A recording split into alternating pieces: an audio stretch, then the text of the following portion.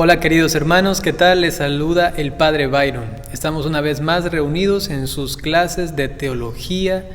Esta vez estamos avanzando en la cristología. Nos encontramos ya en la segunda parte de este apartado. Las clases anteriores hemos visto sobre todo a la persona misma de Jesucristo. Y desde la clase del día de hoy vamos a ver, digamos así, su obra, el efecto que ha tenido su amor tan grande a la humanidad que ha venido justamente para salvarla, para redimirla. ¿Cómo se da todo esto? ¿Por qué es tan importante que conozcamos y que no andemos en ambigüedades sobre la persona de Jesucristo y de su obra redentora? Y además también la importancia que representa para nosotros los católicos el hecho de que Cristo sea realmente Dios y verdaderamente hombre, ¿no? Que dicho sea de paso, algunas denominaciones llamadas o mal llamadas cristianas suelen decir que Jesucristo no es Dios, y esto echa al bote de la basura realmente todo el misterio de la redención. Por eso es importante que estudiemos también estos efectos de la encarnación, efectos de el asumir la naturaleza humana, efectos de haberse hecho realmente hombre, Jesucristo, la segunda persona de la Santísima Trinidad. Ahora, para empezar este día, en esta clase, vamos a hacer una oración. En el nombre del Padre, y del Hijo, y del Espíritu Santo. El Señor esté con ustedes. Pedimos al Espíritu Santo que descienda sobre nosotros con su luz, con su amor, con su entendimiento, con los dones y gracias, frutos y bendiciones que necesitamos para vivir bien cristianamente, y en esta clase específicamente aprender y amar más estos misterios tan maravillosos. Lo pedimos por intercesión de la Santísima Virgen María. Dios te salve María, llena eres de gracia, el Señor es contigo. Bendita eres entre todas las mujeres, y bendito es el fruto de tu vientre, Jesús. Santa María, Madre de Dios, ruega por nosotros pecadores, ahora y en la hora de nuestra muerte. Amén. En el nombre del Padre, y del Hijo, y del Espíritu Santo. El misterio de la redención. La cristología estudia el misterio de Cristo, es decir, de su persona y de su obra redentora en una unidad indisoluble. Si hablamos de Cristo, necesariamente tenemos que hablar de la redención. Jesús es el Hijo de Dios hecho hombre y a la vez el Salvador esperado. No se pueden separar estos dos aspectos. Por un lado, la finalidad de su venida al mundo es precisamente la salvación de los hombres. Finalidad, salvación. Y por otro lado, el segundo aspecto, únicamente el Hijo de Dios puede realizar una auténtica redención del pecado del mundo. Es decir, que para que se alcance la finalidad que es la salvación, necesariamente tenía que haber sido el Hijo de Dios. Solamente Él podía redimirnos, porque un hombre como nosotros, solamente hombre, no podía hacerlo por más santo que fuese. Y además, si hubiese sido solamente Dios, no había un hombre que nos representase, y por ello era necesario que sea verdaderamente Dios y verdaderamente hombre. He allí lo importantísimo entonces de la unión hipostática, es decir, dos naturalezas, una humana y una divina, en la única persona del Verbo, la segunda persona de la Santísima Trinidad. Esto ya lo hemos aprendido anteriormente. Vamos a ver en la segunda parte de Cristología la acción redentora, teniendo presente lo visto ya acerca de su persona. Como decía al inicio, hemos visto en las clases anteriores a la persona de Jesucristo y ahora su acción redentora. Todos los hombres albergan una esperanza profunda de alcanzar la verdad y el bien, y un anhelo de conseguir la felicidad, alcanzar verdad, bondad, y con ello son felices. Por ello el Catecismo de la Iglesia Católica en el numeral 843 nos dice: La Iglesia reconoce en las otras religiones la búsqueda entre sombras e imágenes del Dios desconocido pero próximo ya, que es Él quien da a todos la vida, el aliento y todas las cosas, y quiere que todos los hombres se salven. Así, la Iglesia aprecia todo lo bueno y verdadero que puede encontrarse en las diversas religiones, porque en ellas, según decían los primeros padres de la Iglesia, está la semilla del Verbo, es decir, que tienen cosas buenas y también verdaderas.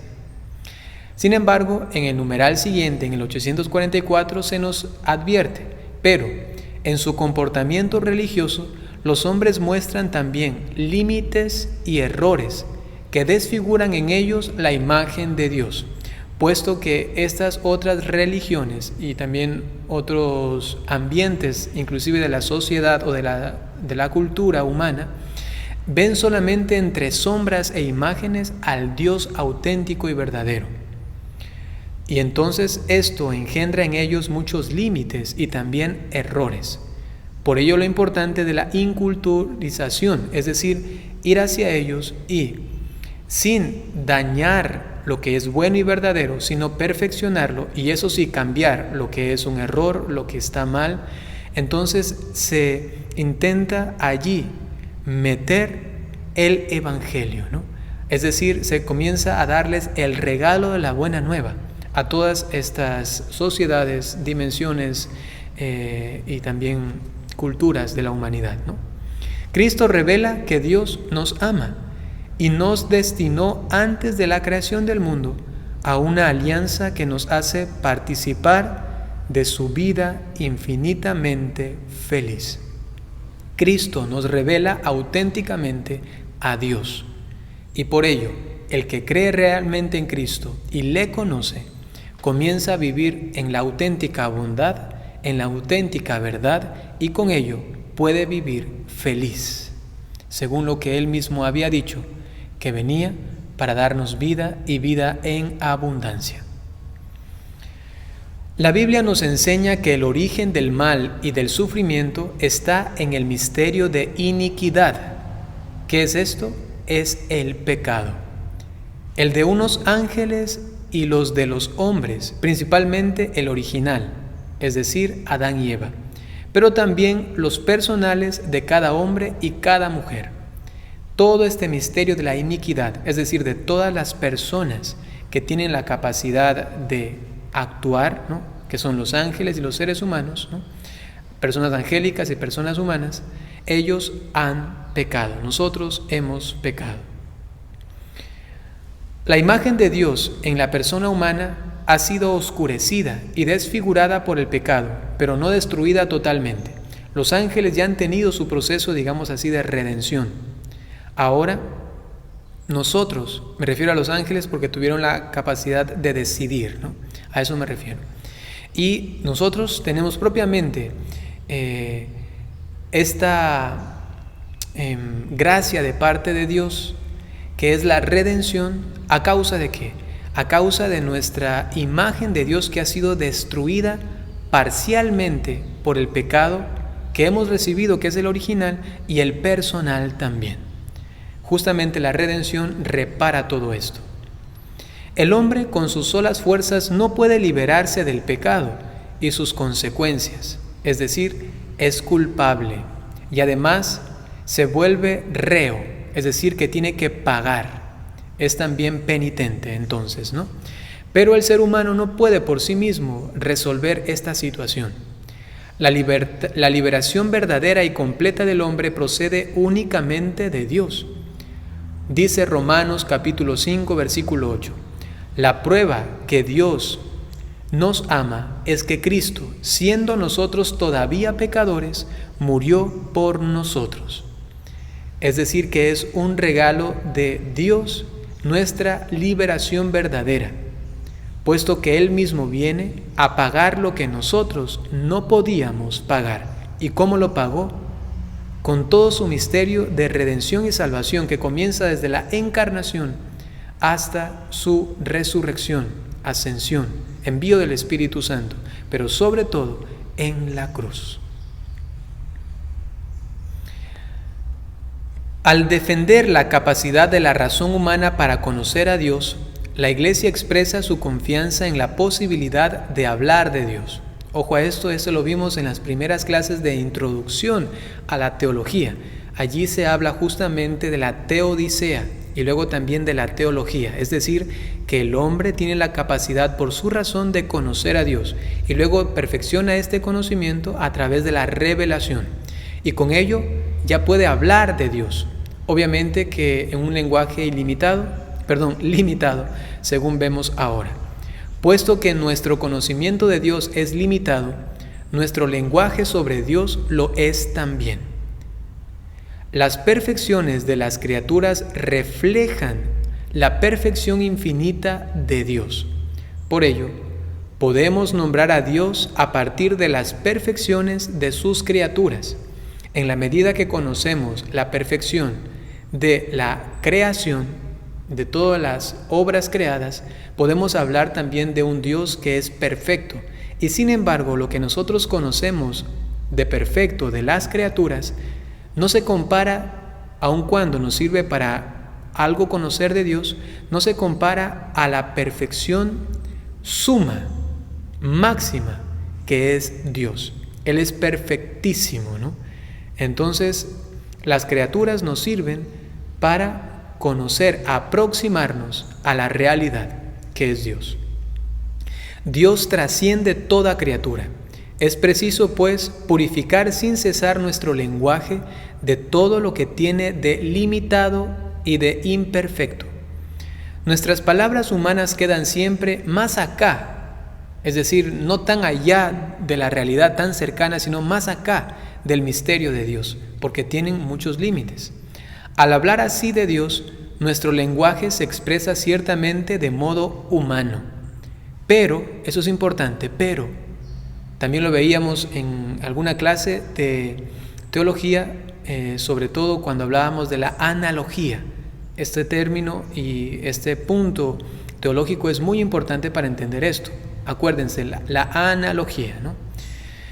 Y si no saben a qué me refiero, entonces tienen que revisar las clases anteriores. Sobre todo al principio de Cristología hemos hablado de la analogía, ¿no?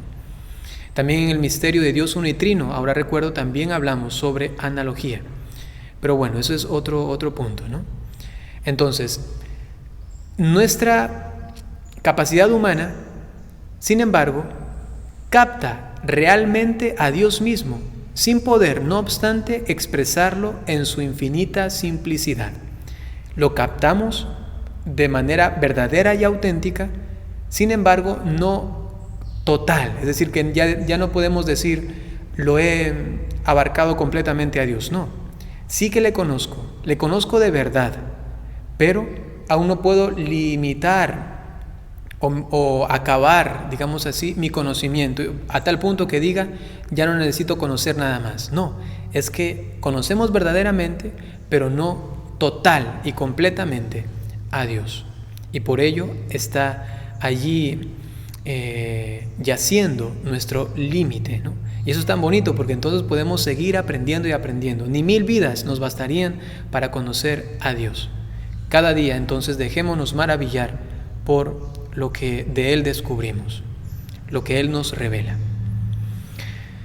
Al entregar a su Hijo por nuestros pecados, Dios manifiesta que su designio sobre nosotros es un designio de amor benevolente que precede a todo mérito por nuestra parte. Eso es importante decir uniéndolo con lo anterior. Esto lo sabemos de verdad, aun cuando el misterio que esto abarca aún no lo podamos agotar. Sin embargo, lo sabemos de verdad. Dios envió a su Hijo por amor, para redimirnos a nosotros. En esto consiste el amor, no en que nosotros hayamos amado a Dios, sino en que Él nos amó y nos envió a su Hijo como propiciación de nuestros pecados. Se encuentra en la primera carta de Juan, capítulo 4, versículo 10. Ahí nos damos cuenta cómo nuestro conocimiento humano, a través de la creación, luego se perfecciona a través de la revelación, que es la palabra de Dios que se nos ha comunicado. Y entonces entendemos que Dios es amor, que nos ama y nos quiere redimir del pecado. La prueba de que Dios nos ama es que Cristo, siendo nosotros todavía pecadores, murió por nosotros. Romanos capítulo 5, versículo 8. Todo esto lo dice el Catecismo de la Iglesia Católica en el numeral 604. El designio divino de salvación a través de la muerte de Cristo había sido anunciado antes de la Escritura como misterio de redención universal. Cuando se habla aquí de la Escritura, se está refiriendo a todo el Antiguo y Nuevo Testamento ya junto, ¿no? Entonces nos remitimos al Antiguo Testamento, aún no la Escritura completa, ¿no? Entonces en ella se ve claramente cómo ha sido anunciada la redención, el enviado, aquel que nos iba a salvar. La muerte redentora de Jesús cumple en particular la profecía del siervo de Yahvé o siervo doliente. Eso lo pueden confrontar con los capítulos número 53 del libro del profeta Isaías hasta el 60, 61, 62, 63, ¿no? Donde se habla de todos estos cánticos del siervo doliente, que son 4, ¿no? Y en Hechos de los Apóstoles también, en el capítulo 8, versículos del 32 al 35. Veamos ahora qué dice la tradición patrística sobre la redención. Digamos brevemente, la patrística se refiere a los primeros cristianos, de entre ellos a los padres de la Iglesia, es decir, los que comunicaron la palabra de Dios oralmente y también la explicaron, ¿no? Por medio de escritos, sobre todo interpretando la palabra de Dios escrita, es decir, la Biblia. Ellos nos han dejado prácticamente la interpretación correctísima de todo lo que nos ha sido revelado por Jesucristo. Ellos son confiables. Hay también, luego hay que decirlo, padres orientales y padres occidentales. Los padres orientales subrayan que Cristo ha venido a comunicarnos la semejanza con Dios perdida por el pecado. Admirable intercambio. El Verbo se ha hecho partícipe de la humanidad para hacernos partícipes de la divinidad. Ellos se fijan en el aspecto descendente y gratuito de la salvación. Es decir, Dios se abaja, esa es la parte descendente, ¿no? Dios se abaja en persona. Dios comunica otra vez a los seres humanos este restablecimiento de la relación que ha sido rota por el pecado. Es un intercambio, pero que desciende, es Dios que baja, es lo que acentúan sobre todo los padres orientales. Los padres occidentales, en cambio, se fijan en el aspecto ascendente de la salvación, es decir, la obra realizada por nuestra cabeza, Cristo, en nombre de toda la humanidad para ganarnos la salvación.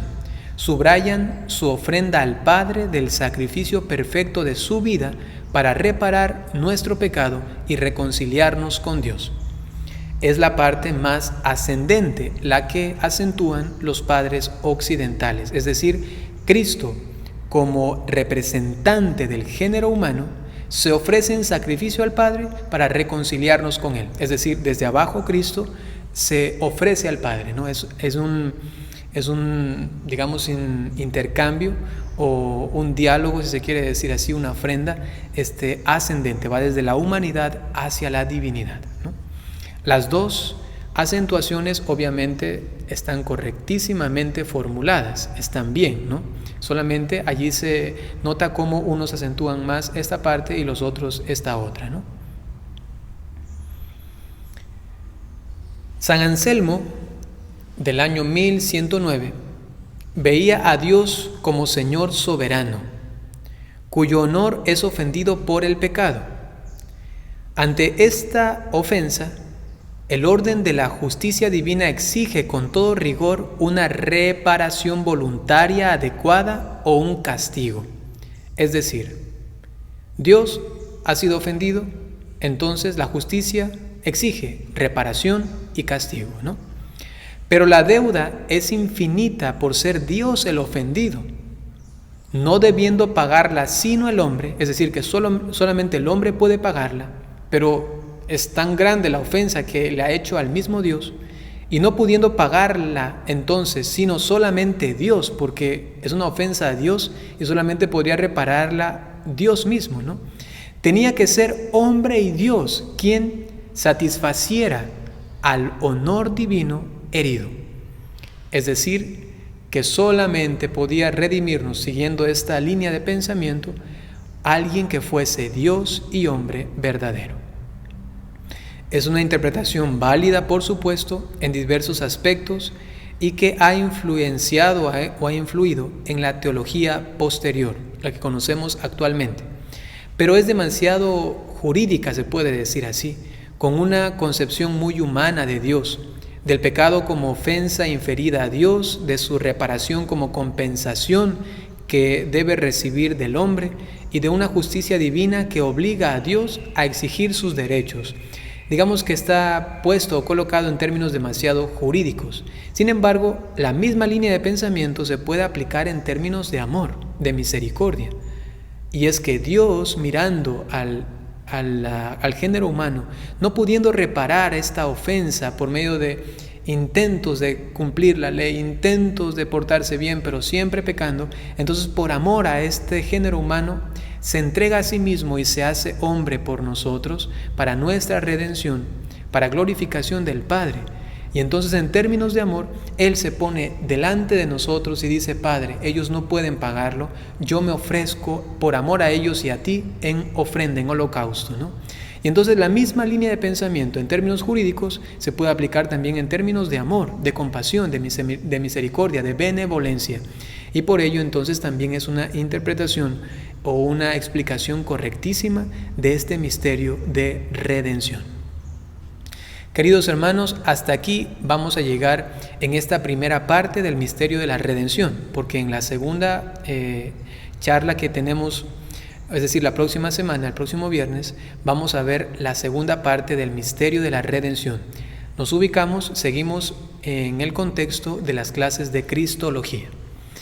Ahora, solamente puedo decirles, antes de darles la bendición, que si tienen alguna pregunta, algún comentario, pues sencillamente pueden hacerlo en los comentarios allí en YouTube, o también pueden escribirme directamente al WhatsApp.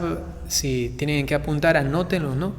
El número es 000-593-9933-06-121.